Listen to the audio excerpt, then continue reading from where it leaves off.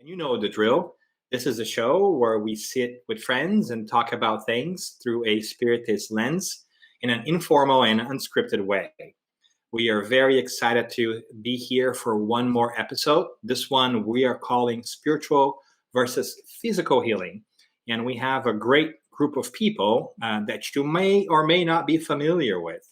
But before we begin, we just want to thank you one more time for being here, for spending some time with us. You may have noticed that for the past couple of weeks, we have tried to provide you with more content as you enjoy, hopefully, a safe and healthy quarantine in your home as we all try to collectively beat this coronavirus. Talking about coronavirus, you might remember that about a couple of weeks ago, 2 weeks ago, we did an episode on coronavirus as well. And that's something that you can check out. Also, we want to let you know, if you are not already aware, that we do this thing in two ways. Some of our episodes are live broadcasts, such as this one, which you can find on Facebook and a little bit later on YouTube.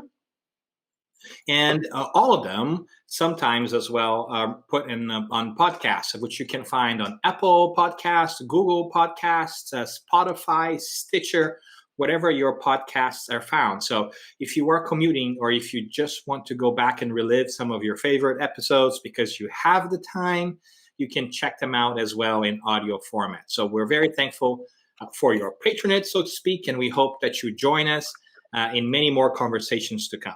But with that in mind, let's get to the topic. We are super excited today to have a lot of our folks who you may already be familiar with, and one friend that we managed to finally get on camera with us. We're going to leave her for introductions last. But before, I want to toss to my partners in crime here. Susanna, can you say hi to folks? Hello, everybody. I'm Susanna. I'm talking to you right now from Miami, Florida. Thank you, Susanna. And we have another friend who's been here quite a number of times. Another one of our co-hosts here, Flavio. Say hi to folks. Hello, everybody. I'm here once again in my beautiful home in the great Commonwealth of Massachusetts. And we do look forward to seeing and also potentially answering some of your questions. If you feel like you're ready to ask us questions, be so. And as Daniel mentioned, we have a very important guest that's going to join us today. So, Kirsten, who are you in this beautiful world? Tell us a little bit about yourself. Thank you so much, everyone, for inviting me on the show today. I'm so excited. I'm Kirsten. I am from Maryland. So, hey, Marylanders, and hey, everyone else for listening and watching. So we're excited to discuss this topic today, and I'm so excited to see and watch and participate as this all unravels. Kristen, come on, don't sell yourself short. Tell us a little bit more about yourself. What do you do for a living and all those things, please? So professionally, I've been a registered nurse for over 10 years. So I'm a little bit familiar with the health field. And I love being a nurse and have been since I became one and always wanted to be one. I grew up in a Spiritist family, for those of you who don't know. So Spiritism has been something very close to me. It's more like an appendage than it is anything else for me. It's just so natural. So definitely love discussing it, definitely love sharing it, and definitely love being able to talk about both worlds I live in, which is the health field as well as Spiritism, and merging them both and just finding the beauty in it all. Awesome. Thank you so much. Sure. Dan, back to you, my friend. Great, thank you. And we've been talking to Kirsten for a while, trying to get her on the show, and it's always hard to schedule folks. But I want to compliment all of us on making sure that we're always being in different states at the same time. So we've got 4 different states here again, covering this country, and time zones are always challenging. And also a big shout out to all our nurses and to all our health workers out there who are no doubt essential at this time and have always been. But I'm hoping that we can also, recognize the wonderful job and work that they're doing. So shout out to all our medical field personnel who are sacrificing a little bit of their personal lives, like Kirsten and like Susanna as well, who are doing this because they've chosen to do something really special for others. And we're really grateful for your choice of livelihood. Thank you. Absolutely. Fantastic. Yes. And we got a shout out for you already here. Kirsten, look at that. Thais is actually saying here, shout out to nurses. She's also a nurse, I believe. Yes. So we're definitely celebrating nurses everywhere who made all these things possible for us. But let's dive in. Spiritual versus physical healing. This is an interesting topic, one that's very meaty, right? So where do we start, folks? Where do we want to go? Can we have one without the other? Can we have spiritual healing? Spiritual healing without physical healing, or vice versa? Well, should we even say like what's spiritual healing? What's physical healing, Flavio? Let's toss it back at you, sir. So I think I'd like you to perhaps take us from a journey, right? So if you look at the overall concept of healing, so a lot of in the past, right, folks, believe, myself included, that healing is the opposite of sickness, right? If I'm healthy, if I'm healed, I no longer have sickness. But if I look at the World Health Organization, if I'm not mistaken, and by the way, I'm not a nurse, I'm not a doctor, I'm a medical doctor, and I believe they use a definition that a health is a state of mind, right, Kristen? I mean, is that something that we can maybe tap on, like physical, mental, socioeconomic well-being, as opposed to just, hey, I have a flu and I'm cured? Isn't that the case? Absolutely. Health is considered on a multifactorial, multidimensional level. It's not just linear. It's not just physical. It's emotional. It's mental. It's the whole gamut of everything that could encompass us from a holistic perspective. So, and one thing that I really like as well, if you dive deep into the World Health Organization or the CDC or any of the like, or NIH, or things of that nature, they really will show you, and many different publications as well, where they like to define what healing is versus cure.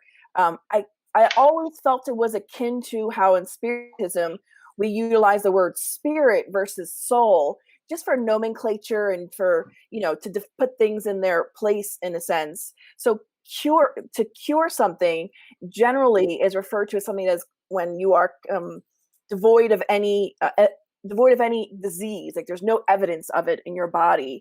But healing really is being seen as truly becoming whole, like that's mind, body, and spirit on all levels. So you can have a cure and not be healed. And interesting. And I truly believe that you can be healed but also not have a cure. Okay. Interesting perspective. I love that. Very interesting. Before we that's why we bring guests here, so they can say smart things that otherwise we wouldn't say. Great. Interesting too, because one thing that just dawned on me about a couple of weeks ago that I hadn't really thought about is actually even the word disease, right? Disease, it's actually dis-ease, the fact of not being at ease, everything that brings you off your balance, which I had never connected the dots until recently, because you just, take on a word and you just know its meaning. So it's not necessarily something of itself, but it's something that knocks you off your feet, right?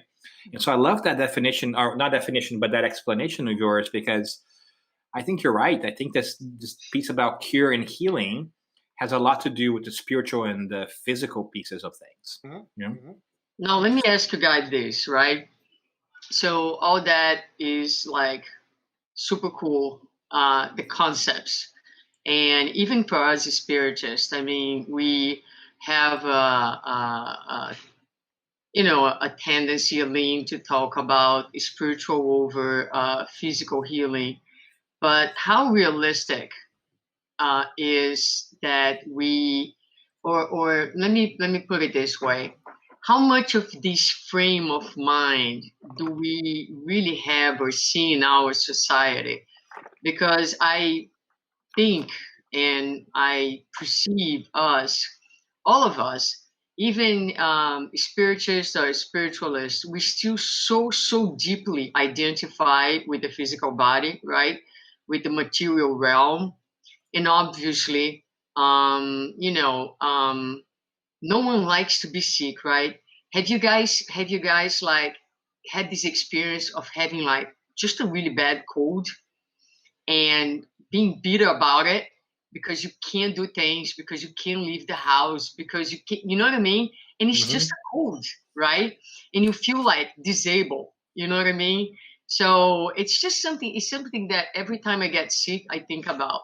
And so I'm just kind of, I don't know, I'm a little bit all over the place, but I always like to point out the gap that still exists between the things that we say and preach and the concepts that we embrace and the realities that we live in. Because we say all those things, but when we get a simple cold, right, we are like miserable. And just like, you know, that we're forced to take a little bit of time to perhaps take better care of ourselves, because a lot of times we only stop to take care of ourselves when we're actually sick. When we get sick because we have ran our immune system down, you know, to the bottom, out of stress, out of neglect to our bodies and to our well-being, and then we're forced to take care of ourselves. So just put a whole bunch of like thoughts out there for you guys to, you know, maybe pick up. Love it. A thread. Love it. Love it. Yeah. Why start slow over here, people? Let's just kind of dump it all in the table. Why? You know, I love it, Sue. I think it's a wonder. I mean, I love the comments because there's so much to unpack, like you said, right? I think there is the idea of spiritual versus physical. There is the practice versus theory, right? And all those kinds of things. So I don't know. Where do we want to go? Do you guys have a sense? I think it's important for us to define, right? Again, let's go back to the first question. Is it possible to be, you know, spiritually healed and not physically, you know, and vice versa? I think it's important for us to define, right? Spiritual healing versus, you know, physical healing, right? Yeah. So everybody, I guess I'll take the easiest route. You guys can get the complicated route. I mean, if you got a cold or a flu, right? Once you overcome it, once you are better, once you're out of it, to Susanna's point, once that doesn't impact you any longer, you're back to your normal activities, right? Then we can say the person is physically healed. Right. Right? What about spiritually healed? Can anybody give an example? So, for example, like, you know, going back to the same thing that I was saying, a lot of times we become sick because we are not paying attention to ourselves, to our spiritual, to our emotional needs. We are, for example, you know, just going a little bit psychological here, right? We are trying to prove to ourselves our values. And so we are overdoing, we're trying to overachieve and not paying attention to simple things like rest, like, you know, paying attention to your family, and just like, you know, all those things are important, right? So healing, which Kirsten, you know, start to talk about, would be that state where you're centered, you're in peace, you are physically, you're paying attention to your physical, to your emotional, to your spiritual self, and you are, you know, able to balance all those aspects of your life as much as possible. So you might be perhaps physically sick, but yet have your spirit, you know, strong, have your spirit, you know, connected to what is essential, have your spirit learning great lessons from that experience. In other words, the spirit is clearly in a process of healing, whereas the body is still sick. A lot of times you get over your cold, now you're feeling great, and you go back to old patterns, to old behaviors, to, you know, tendencies, they're destructive. In other words, you heal the physical, but the spiritual, the emotional causes for your physical sickness or disease remain within you. Which, you know, just finalizing here, there's something else that it would be important, I think, for us to talk about at some point, which is the connection body, mind, and spirit, right? Yeah, and I'll jump in here too, because I was thinking as I'm trying to organize my thoughts that a lot of it has to obviously do with perspective, right? And I think key to this is the assumption that we have when we don't think about spiritual, we just think about the physical, that illness or disease is a thing of itself that is a barrier, obstacle, or challenge. And that might be true. But I think that when we bring in our reincarnationist and spiritual perspective to it, we can also see that as a teacher, right?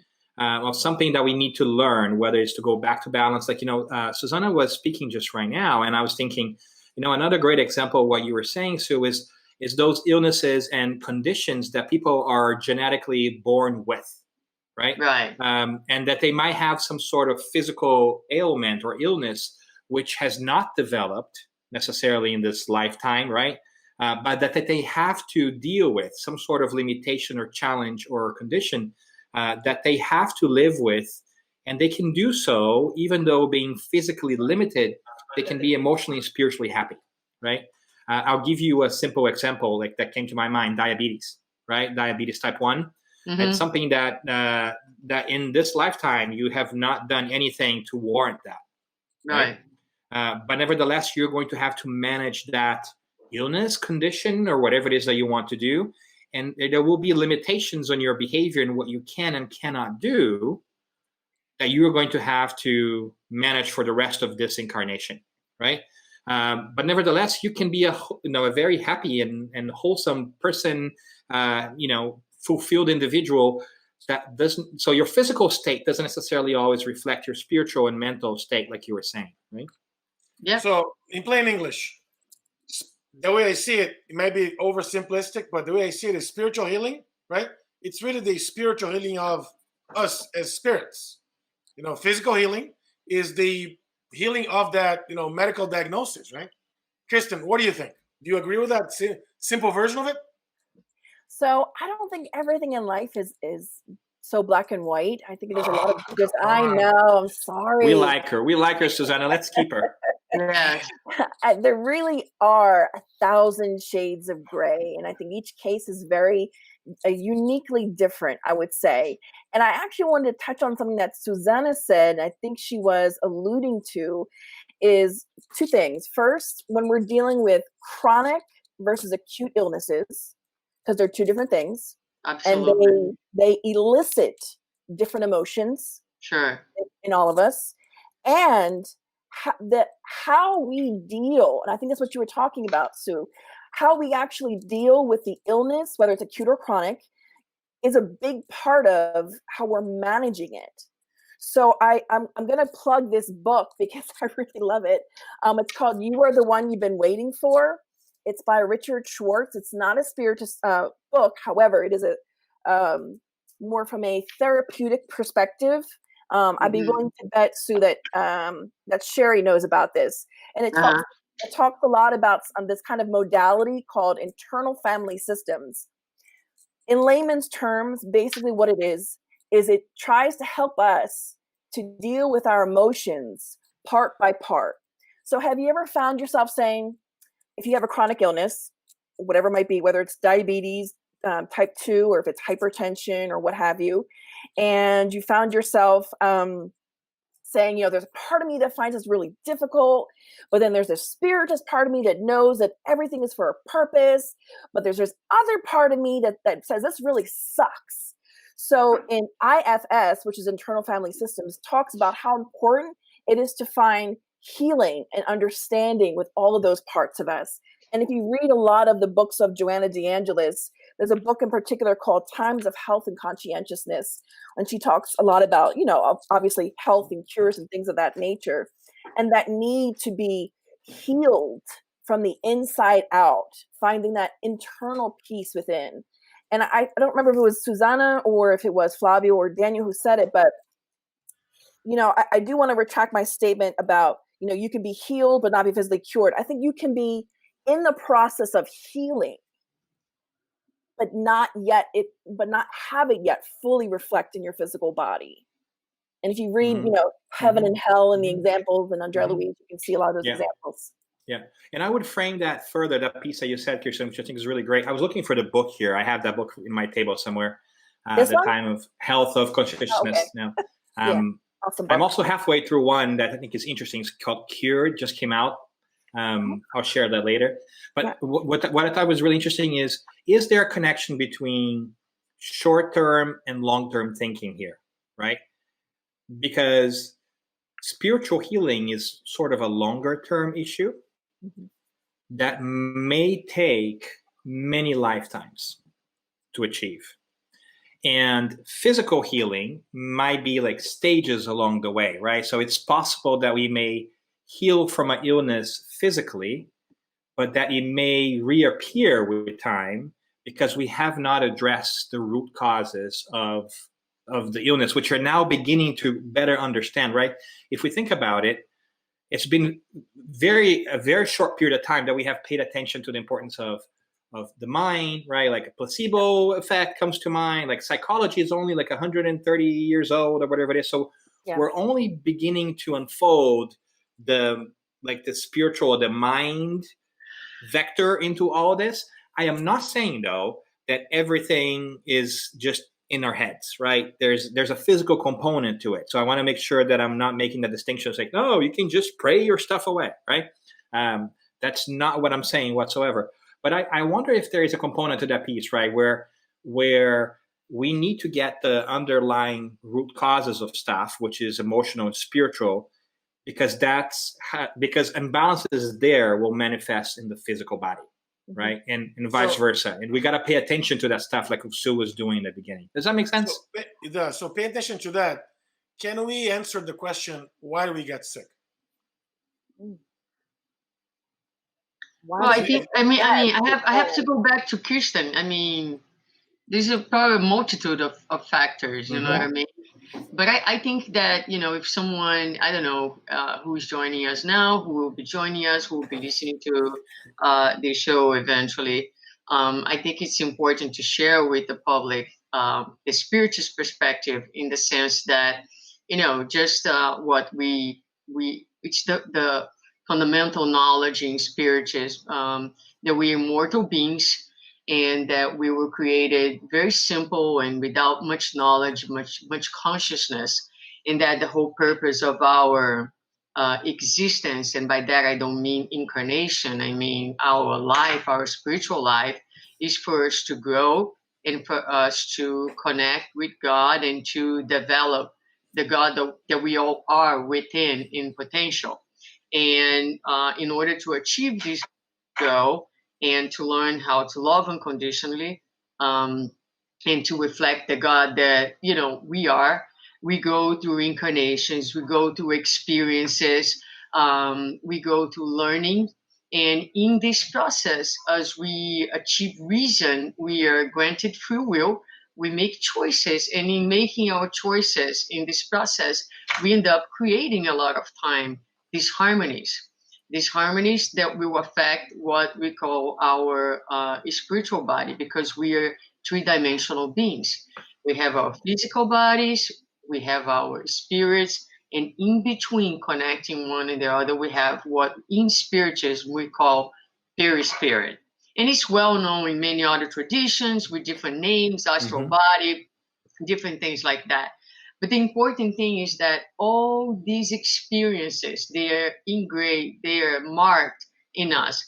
When we act with love, we create a healthy flow of energy in our physical and spiritual body. And when we act in ways which are hurtful or against love, before we disorganize the environment outside of us, we disorganize our inner environment. And so the real source of diseases always starts. The real source is always the spirit. And that's why when we are talking about healing, spiritual versus physical, we cannot dissociate one from the other. There is a deep connection. But if you are seeking true healing, permanent healing, we need to address the source, and the source is the spirit. So that's like a simple, summarize version, because I think it makes it easier for whoever is listening to us, if you have a different perspective, to understand where we are coming from. And that's great, Sue. And I would jump in here to just add a small detail to make it even easier, I hope. Not all illnesses that we have been like a spiritual mandate, right? You may just catch the flu because you have overworked yourself, right? And in doing so, like Sue said earlier on, you have stressed your physical body. And because your body was overtaxed and you didn't get rest and you didn't eat well, right? The nutritional component of your body, the chemical pieces got out of whack. They are your immune system resistance goes down because there's a natural consequence to all of this, and therefore you catch the flu. It does not mean that the flu was premeditated, right? It's because you, in that point in time, didn't take care, didn't obey the law of love to self there, right? And unbalanced that. Of course, there's flus and there are like chronic illnesses and everything else, but we want to make sure that we also tell folks that just because you sneeze doesn't mean that it was, spiritually ordained, right? Yes. Sometimes we get there, but I think that was a great primer, Sue. I think there was a great primer on how we as a spiritist look at illness in general. So should I then kind of like do a reverse question and say if all these illnesses and all these things have in essence like a spiritual or a mental or intellectual, whatever you want to call it, source, then what can we do, right? What can we do to be as disease or illness free as possible? Go. Oh, she raised her hand. She's adorable. Yeah. Oh my God. Are you raising your hand? Brightest guest we ever had. Jesus. So what comes to mind is something that I read again in that book, Times of Health and Conscientiousness, that Joanna says when you have the merging of moral conduct and harmonious moral conduct and mental conduct, will you be able to find this health and well-being. So that in and of itself, I feel like warrants us to, might even be a whole other show for you guys. What does it mean to have harmonious moral and mental conduct? I mean, it really beckons us to do a deep self-evaluation, which I think that it's so easy to pass judgment on everybody else, but to actually put the time in to do self-reflection and to get to know these different parts of ourselves, because we are, like Susanna was reiterating, we are these immortal beings. We've had so many lifetimes. We've carried with us so much emotional baggage and trauma, and psychosomatic medicine has taught us that, that has demonstrated to us that the emotional and mental effects do affect pathologies in our body. So we know that that's, whether spiritism hasn't been saying that, but we know that science has been validating that. So yes, we do have to go, as you were saying earlier, you guys were sharing, going to the root cause. And if we don't address the root cause, we're still going to have the issue. It's the same with, if you have type 2 diabetes, if you have hypertension, we can give pills to our patients. We can give them injections, but if they do not change their overall lifestyle and the source of where that came from, the ailment is going to remain. I wanted to tap on that, Kristen, real quick. You mentioned, some of the scientific evidence or research. I mean, I'm sure folks have read that there's some research around prayer and meditation that actually helps, right? Yes. There's a lot of materials, right? Yeah. That we could reference there. But can we say, or can we ask the question around, can prayer heal? I believe prayer can bring about and facilitate healing. It can bring us to a closer state. It can bring us to the road that we need to begin, to the road to healing. So yes, in a way, yeah. We would probably have to jump back and define prayer too, right? Because I think that folks might have vastly different ideas of what prayer looks like. Some of us might think the prayer is the repetition of specific magical words, right? Sort of, so to speak. Where others might think it's like a heartfelt thing, and others still can think it's actually action towards stuff, right? And so I would argue that you could be praying to God when you are making a difference in the world, right? So I think it depends on all these things. And I would probably make a little ladder right there saying like the least effective kind of prayer for self-healing is the mindless repetition of words, right? The perhaps most effective one would be the sincere connection with the spiritual. And then the ultimate way of doing it is that connection and the action towards reestablishing balance, right? Yeah.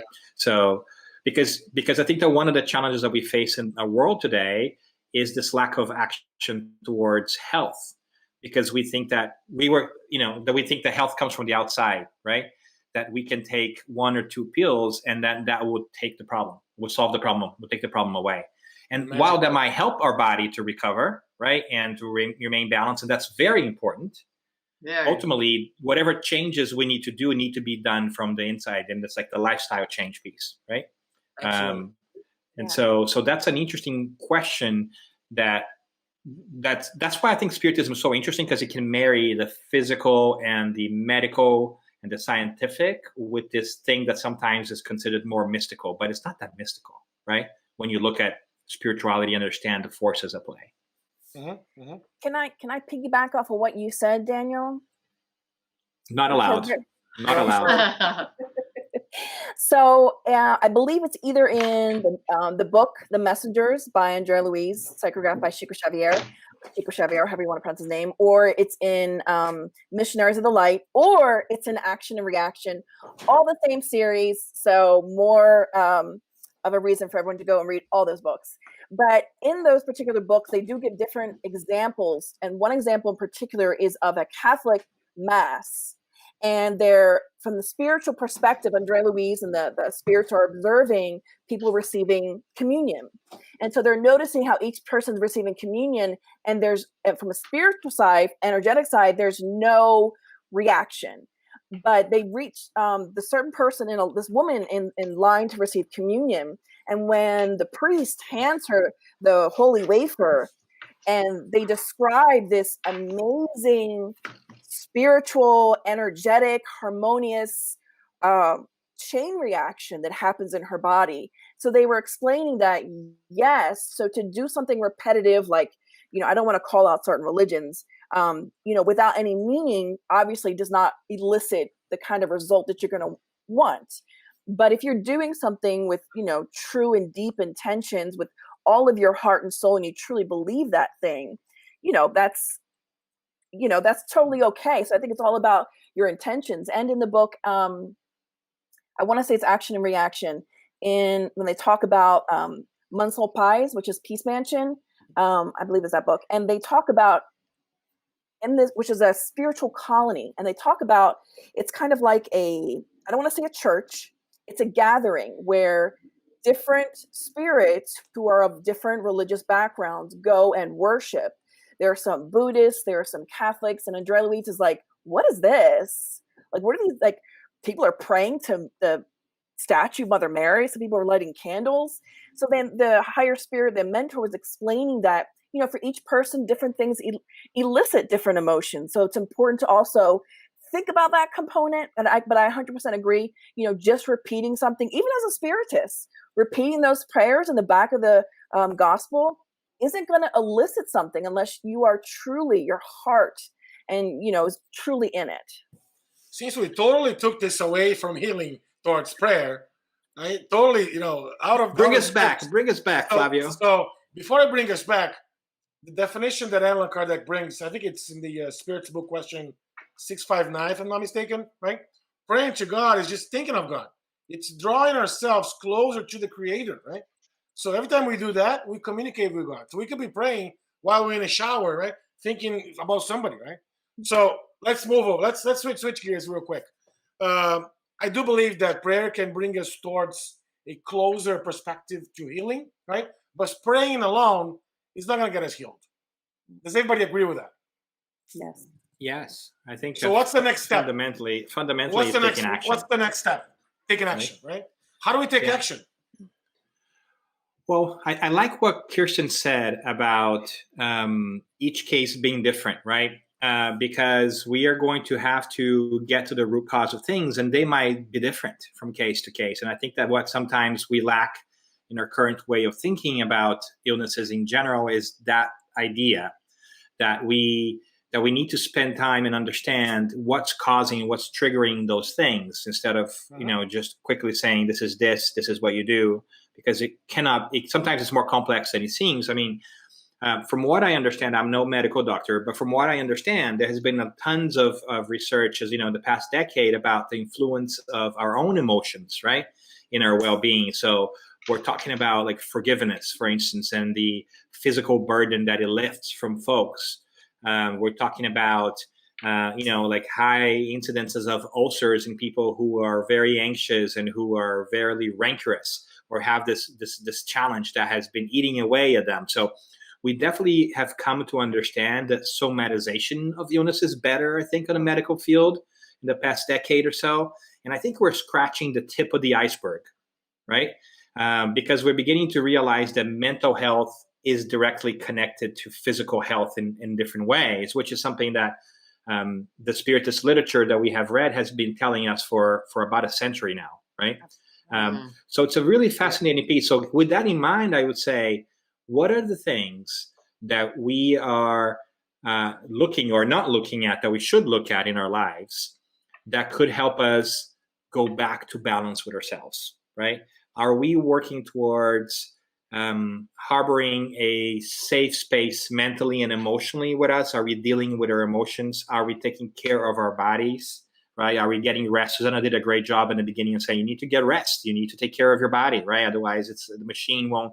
So I think you need to take a holistic approach to these things, because I think we all have heard cases of people who have illnesses that had no explanation whatsoever. Nobody knew how they came about or why.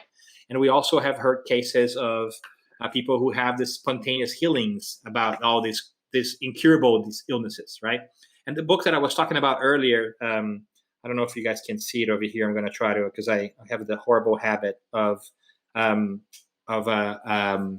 reading them in digital format, but it's called Cured, and it's by Jeffrey Rediger. He just came out, and The Life-Changing Science of Spontaneous Healing. And it's an interesting book. I had a chance to talk to him a couple of times. He's been part of a couple of Spiritist Medical Association events, and he's interested in how people like heal spontaneously from these incurable illnesses, and he tries to go figure that stuff out, right? And it's a really interesting piece, and I'm halfway through it, but I find it fascinating because I think it speaks to a lot of the things you guys were talking about. Finding balance, looking at your nutrition, looking at stress levels and emotional health, and of course, working with a doctor too, right? Nobody's saying that these things substitute medical care, but we definitely should think about that in addition to things, right? And to kind of cut it down to very specific terms, Flavio, I think we go back to that idea of a type 2 diabetes, right? Which is sort of a lifestyle condition, right? So unless you change the underlying causes, just taking the medicine, metformin, whatever it is that you're taking to kind of make up for the chemical imbalances in the body, will not address the root cause, right? So what are the things that you were doing to fundamentally change? And that's what's so hard about healing and cures, is because you got to change stuff in your lives, right? And I think that's what the biggest challenge is. And we all know changing behaviors is not easy, right? By all means. But if we bring us back to our model and guide, right? Our teacher, the utmost important teacher of our lives, Jesus, right? Every time he imposed his hands and cured or healed somebody, what were the words that he mentioned? Your faith has healed you. Yep. Go and sin no more. Yeah. Your faith has healed you. Go and sin no more. Meaning, he didn't cure that person. That person cured him or herself. But the advice, at the back of the statement was, dude, don't be your old self. Be your new self, right? Because if you go back to your sins, your mistakes, guess what, right? We might be seeing each other again here in the future, right? So I love it, right? Because it's philosophical, it's material. I mean, it's it's pragmatic to all of us, right? If we're looking to be healed by whatever difficulties that we're going through, whatever moments of our lives, and sometimes we need some help, right? Oftentimes we get professional help, but at the end of the day, Yeah. nobody can heal us but ourselves. Yeah. Right? And that's a great thing, Flavio, because it has greater implications too, right? We think about that within just one lifetime. But when we understand reincarnation in many lifetimes, healing ourselves physically now has an impact on our future lives. Because if we leave that thing like unattended, it will jump back at us in a future life. We will carry that with us in what Susanna described before as our physical bodies, right? So if we don't dry ourselves up completely after we jump into a pool and we put on new clothes afterwards, guess what? With time, the water is going to show through our new clothes, right? So we need to dry ourselves up. In a very poor example, we need to make sure that we attend to that water before we don new apparel, right? So healing ourselves and balancing ourselves now not only benefits us in the short term, which means this lifetime, but it has a great positive effect for many lifetimes. And the opposite is also true. The stuff that we're dealing with now that we don't know where it has come from. And Kardec said this aptly in the Spirits book, right? If the causes of our suffering cannot be found in our current lifetime, they must necessarily be found in a previous one, because nothing just happens out of the blue. Right? But Sue, were you going to say something? I think I cut you off. Sorry. No, that was great. No, I was kind of summarizing a little bit in my head what you guys were talking about, and remembering that Andrew Lewis says that each one of us brings a doctor within ourselves. So we need to activate our own doctor.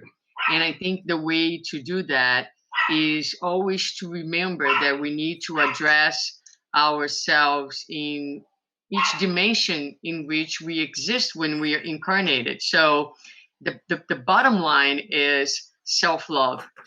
The highest recommendation that we have is to love God and to love our neighbors as ourselves. So it starts in us, recognizing the importance of our physical body as a vehicle, as an instrument that allows us to be here, and seek to attend to it with love. Today we have a lot of science talking about nutrition, talking about inflammation, talking about ways in which we can be proactive in the prevention of diseases by the things that we eat. So many different levels that we can look at that, but we need to look at our minds, right? So one very, very strong idea in Spiritism is that we take care of our bodies. We brush our teeth 2-3 times a day. We take our showers, right? But we need to also attend to our mental hygiene, because the mind is a powerful force. And then we live in this mental home that we build to ourselves.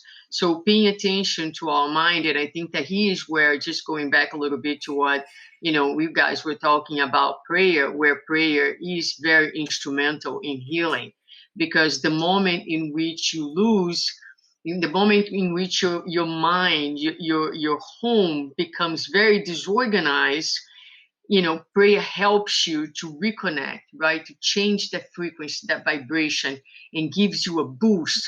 It won't solve your problems, but it will help you to connect with minds that are in the same frequency, and that will give you a boost. We spend a lot of time organizing our homes. We shop, we buy flowers, we try to keep it clean. If we would just pay a little bit more of attention to our mental homes, I think that that's part of healing. And finally, the spirit, right? So the spirit, the most effective way to attend to the spirit is to attend to the quality of our relationships. They tell us where we are in life. So how good are your relationships? How peaceful are they, right? So the relationships, our neighbor is our connection to God. So if we're looking at the ways we're dealing with our body, if we're taking care of our minds, and if we are investing in relating better each day, I think we have a, somewhat of a place to begin with the healing process. Mm-hmm. That's great. And as you were talking, Sue, I was thinking, one thing that we may not have made explicit, but popped up as well, is illnesses and these periods of imbalances are like natural inflection points. They're like forced points for reflection. Nothing of what we're talking about, changing ourselves, changing our habits, being mindful of our relationships and our relationships with ourselves and others and the world, will come to be if we are not making space and time for reflection, right? And if we don't do that, then nature will find a way of making us do that and stop, so that we don't run ourselves completely to the ground. And sometimes illnesses are that. They are the moment where we got to say, stop. You need to stop and to think and reflect about what you're doing, because it's not working well. And it's not working well, and therefore your body's paying the toll for it, right? I think a lot of it about that, pain, for instance. I know that if you put your hand on a hot stove, you're going to feel the pain. And we think that that's a bad thing. But it's actually a good thing, because if we didn't feel the pain, we would actually damage our hands in such a way that we wouldn't be able to use them again, right? So that moment, that forces us to kind of reflect. And if we are lucky, we think about it. I always am reminded of a verse from one of my favorite poets, T.S. Eliot. And he has a wonderful verse that he says, "We had the experience, but missed the meaning." Right? So sometimes we got to make sure that we are not missing the meaning, that we are making that time for reflection. Because if we don't stop to think about who we are, how we're doing, where we're going, then none of what Susanna described and what Kirsten was talking about and what Flavio brought up might come to fruition, right? So the challenge is, going back to Flavio's question, how can we heal ourselves, or how can we prepare ourselves for healing? We have to make time and space for thinking about where we are today. What do you guys think? Does that make sense? Can I throw a wild card in there real quick? A wrench. A wrench. Oh my God. Go ahead. Isn't illness an amazing tool? I mean, we view it as a society in general, whether independent of what religious background or spiritual background we come from, we view it as something negative, but isn't it a wonderful tool? Absolutely. When we look at it from a spiritual perspective, right, it turns our thinking on its head, right? The world becomes very different. When we think with the spirit first, we say, wow, what a blessing to have that messenger, that early warning system before things get uglier, right? However, that's not an easy thing to understand unless you're making time for reflection. Otherwise, it's like, oh my God, pain, really? Right? Do I really need this? Right? If we're just paying attention to the short term, to the physical, quote, right? Then it's very understandable why we would think that is just a negative thing, right? Yeah, but you can only achieve that if you go through what Susanna described, right? If you don't bring some hygiene to our minds, we're not able to reflect on that, right? Because if I look at every disease that affects all of us, right, we know from Spiritism that they have their sources, right, in the spiritual realm. We know that, right? Minus the flus and the colds and all that, as Daniel mentioned. But they have a purpose, right? And the purpose is always to help us get better through it. It's an educational purpose of every one of these diseases, right? However, how can we come to grips that it is an educational purpose, as opposed to some people think it's a punishment or it's something else? How do we align our minds there, or our thoughts there? I have thoughts on that. Go right ahead, sister. Don't raise your hand. It's not kindergarten. And Kirsten, just before you go, what was Sue? Technical the name of the book? Hey, Sue, you cut off. You cut out. Can you say that again? Oh, I'm sorry. No, I was just wondering, what was the name of the book that you mentioned before that you were reading? That's not the Spiritist book? You Are the One You've Been Waiting For. that Okay. title, All right. Okay. that Some title, I folks were actually think asking. comes from Thank a you. yeah. That title actually, I think it's a paraphrasing from a beautiful Hopi prophecy. I don't know if you guys have ever seen that. It's basically, I feel like it's a spiritual communication. Now, I might share that with you guys later, but it's a beautiful thing. Like, we are the ones we've been waiting for. It ends Okay. like that, so it's a beautiful thing. But tell us about it, No, Kirsten. go ahead, Kirsten. Go ahead. Sorry. Yeah, so the information in this book, I mean, it's if you like Joanna DeAngelis, if you like a lot of that psychology background, it's a fantastic read, and it's understanding Oh, did I lose your you audio? know, oh, Nope, No, we're still here. we're here. Technical okay. difficulties. That makes it even more fun. Go ahead, Kristen. Keep going. So, it's a fantastic book. It's a fantastic book to read and to study, alongside your spiritist books, with especially Joanna DeAngelis. But what I will say is, I think Susanna was talking about, I always think about, okay, it's so great. Spiritism is beautiful. There's so many beautiful philosophies. It's so great to say all these, phrases and to quote this person and that person, to quote this book and that book. But when it comes down to the nitty gritty, and for any of us who've ever experienced chronic illness, and I'm talking about debilitating, bring you to your knees, you are contemplating what is life and what is it all about kind of illness, you will be faced with a lot more issues where you can't quite get to the full root of the problem before you begin to deal with a lot of the very basic things. And that's why this book is really great, because it talks about, in the beginning stages, at least for some people, when they're dealing with chronic illnesses or even acute, that seems to be really terrible. Maybe even for some people who are going through the COVID-19, the coronavirus right now, and the way that it's hitting them, and if they're experiencing it. But you have to deal with the different parts of you that are coming up. Sometimes the first part is that lack of acceptance, like, oh, I don't want to deal with this. This is too much. And that's where reading in the gospel, resignation and obedience, is really good to help us get a new perspective on, what that means, what it should look like for us. Because for myself, I've always been one to think in terms of practicality. I think Flavio asked, like, where do we begin? Like, if I have a chronic illness, where do I begin? There's so many parts of myself. Where do I even start? And sometimes I think it's the easiest to start wherever you are, whatever first comes up for you. And that's why interlacing Spiritism is beautiful, because you can utilize prayer. And Flavio was mentioning earlier about the use of like yoga and meditation. And here I have another book, has great. Oh my God, info- she's full of books I know. today. I know. I love books. I absolutely, it's my passion. It's called The Body Keeps the Score by Dr. Dr. Bessel van der Kolk. It's an amazing book. He's a psychiatrist. He's not American, obviously, given his name.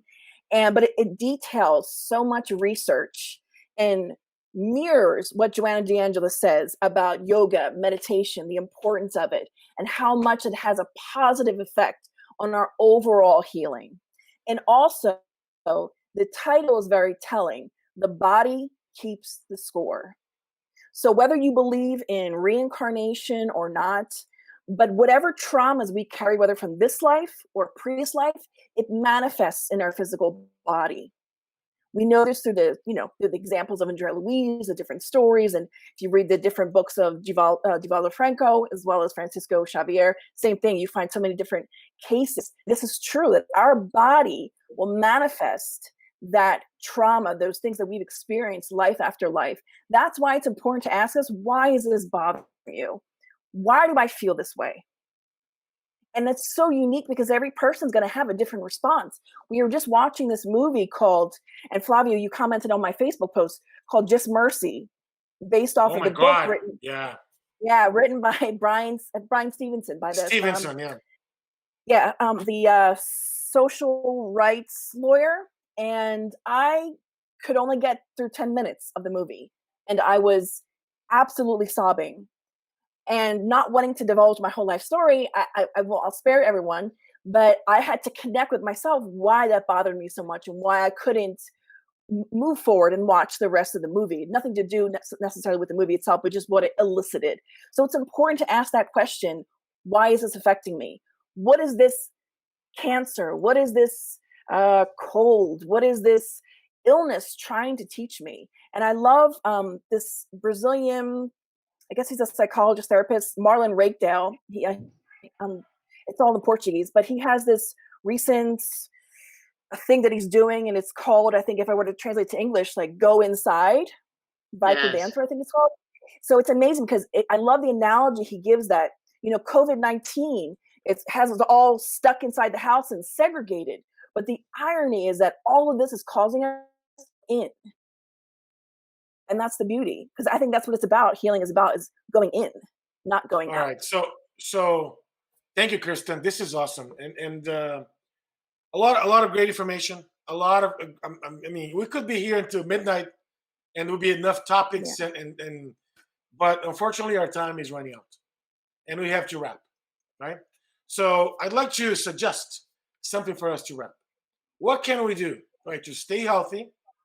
What are the things we need to do? 30 seconds, no more than that, to stay healthy, to bring that inner healing to all of ourselves and towards others in our daily lives.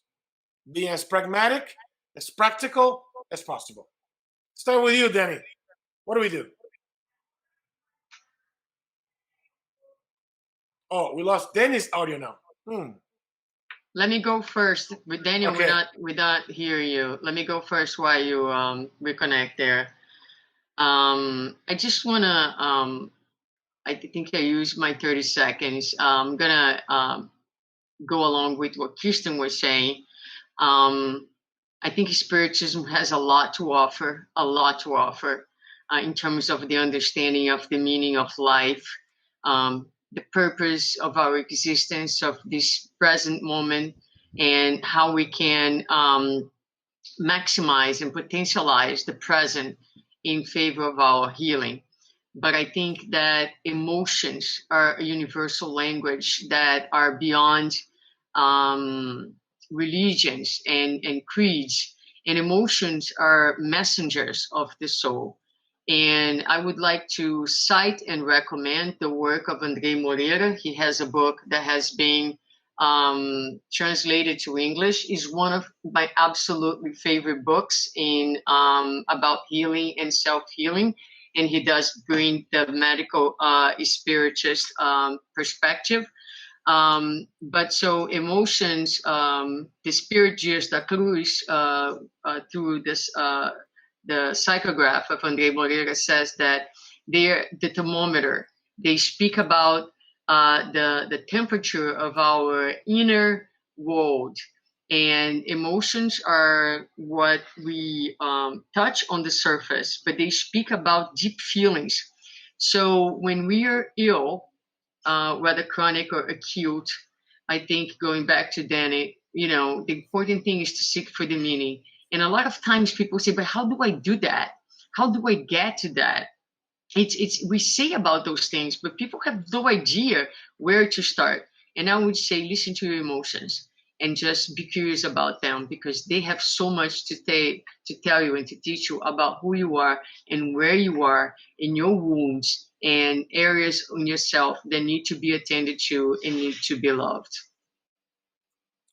All right, thank you, Sue. That was actually almost 30 minutes. I'm just kidding. Sorry, what about I you, apologize. What about you, Kirsten? What are the pragmatic ways that we can bring this home, right? Healing in general. I am going to pull from Joanna DeAngelis from the same book, Times of Health and Conscientiousness. And here's the book for those of you who don't know what it looks like. And where she says self-examination through and loving God and loving yourself and loving your neighbor as oneself is where you should begin. So self-examination, just I think piggybacking a little bit of what Sue said, is really important. Finding out, gauging where you are and starting from where you are. What's bothering you the most, and go from there. Yep, I like it. I like it a lot. I'll go next. I'm not sure if Danny's back or not, but I can go next. I would say whatever you're feeling, right? Whatever is the problem, the issue, whatever healing you're trying to look for, or we are trying to look for, right? Let's remember that there's a reason for us to be in the position that we are. We are in the best place, with the best situation and condition there could possibly be, right? So let us continue praying. Let us continue watching ourselves, not others, right? Ourselves. and remembering that having a reason for that, there's a lesson behind it. The moment we get the lesson, the moment we start to shift our emotions, our thoughts, right, our interests, our mental health towards better, towards the more connection with God, we start the healing process. That to me is step number one. At least you find the North Star and build upon towards that. Dr. Thank you. Sisi, Can you where hear are me, you? Flavio? Yeah. Oh, we can now. Through the miracle of microphones and the internet. Thank you. I think you guys said everything that I would say. I'm just reminded of the beautiful passage to the ultimate doctor of the soul, Jesus, the ask and you shall find, right? I think we might remember that. And it's actually a very interesting acronym that always leads me to reflect, right? Ask and you'll be given to you. Seek and you shall find, and knock and the door will be open. So it's ASK, like ask. And I think that is a beautiful thing. Like, ask as in terms of go back inside yourself and know really what you're looking for. What are your priorities? Reflection, right? The seek piece is move yourself into action, will yourself into action. And the knock on the doors is go try things, right? Put yourself out there. So be sure what is it that you want to, right? Put yourself into motion and then try it out. And I think in these times, COVID, whether we're sick or not times of COVID, I think that's something that sticks with me. Stay focused on the beautiful, right? What is it that's beautiful for us?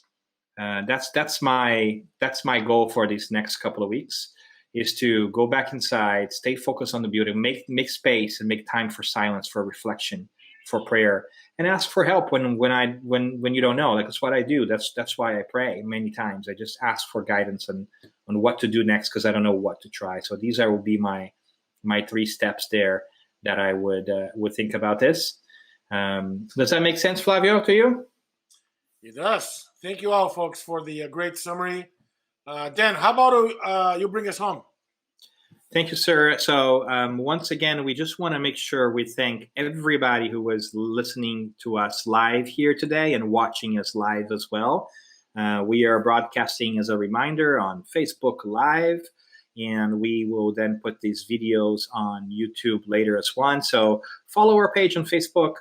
Follow our page on YouTube as well. Just look for Spiritist Conversations. And of course, all of the things we do go to audio and podcast format. So if you are not familiar with podcasts or our podcast, search your Apple Podcasts, Google Podcasts, whatever your podcasts come from. Find us there. We want to suggest that if you prefer to listen to us instead of looking at us, you can do that, when you commute. Not that you should be commuting right now, but when you can, that's one way of keeping that energy going. Just want to really thank you for all your time, especially our friend Kirsten here as well today with us. We hope that she comes back many times to hang out. A big thank you to Susanna and Flavio, who always make this such a pleasure. Thank you, guys. We could not do this without you. I know I couldn't. And so I'm definitely in debt to the two of you. And we wrap up. Thank you. God bless you, everybody. Thank you. Thank Bye. you.